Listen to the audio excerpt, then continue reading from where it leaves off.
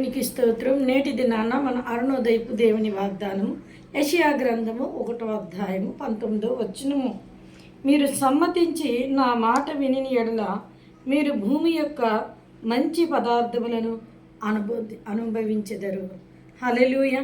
ప్రియమైన దేవుని బిడ్డ, దేవుడు ఇక్కడ ఇస్తున్న వాగ్దానం మీరు సమ్మతించి, అంటే ఇది ఒకరితో కాదు, జనాంగం అంతటితోటి కూడా దేవుడు మాట్లాడుతూ ఉన్నారు.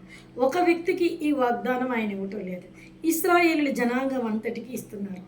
ఏమని ఇస్తున్నారంటే మీరందరూ కూడా సమ్మతించి ఏకహృదయం కలిగి నా మాట వింటే భూమి యొక్క మంచి పదార్థములను మీరు అనుభవించెదరు. అంటే దేవుని మాట మనం వినినట్లయితే, ఆనాడు ఆయన శరీర ఇస్రాయేలీ చెప్పారు, నేడు ఆధ్యాత్మిక ఇస్రాయేల్ మనకి ఆయన మాట్లాడుతూ ఉన్నాడు.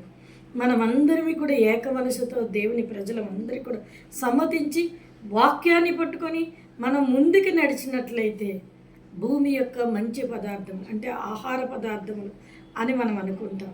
కానీ మనం నరమొక్కలమై ఉన్నాం. దేవుని దృష్టిలో నరులమైన మనం మొక్కలతో ఆయన పోల్చి ఉన్నారు.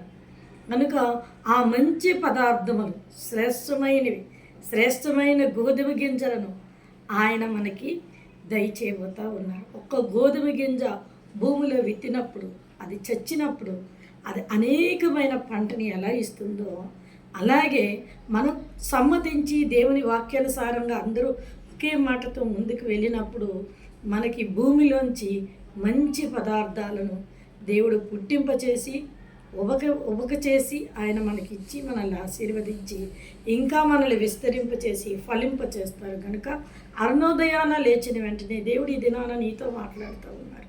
కనుక నువ్వు అరుణోదయాన లేచిన వెంటనే ప్రార్థన చేసుకుని ఈ వాగ్దానాన్ని పెట్టుకుని నీ జీవితాన్ని ప్రారంభించు.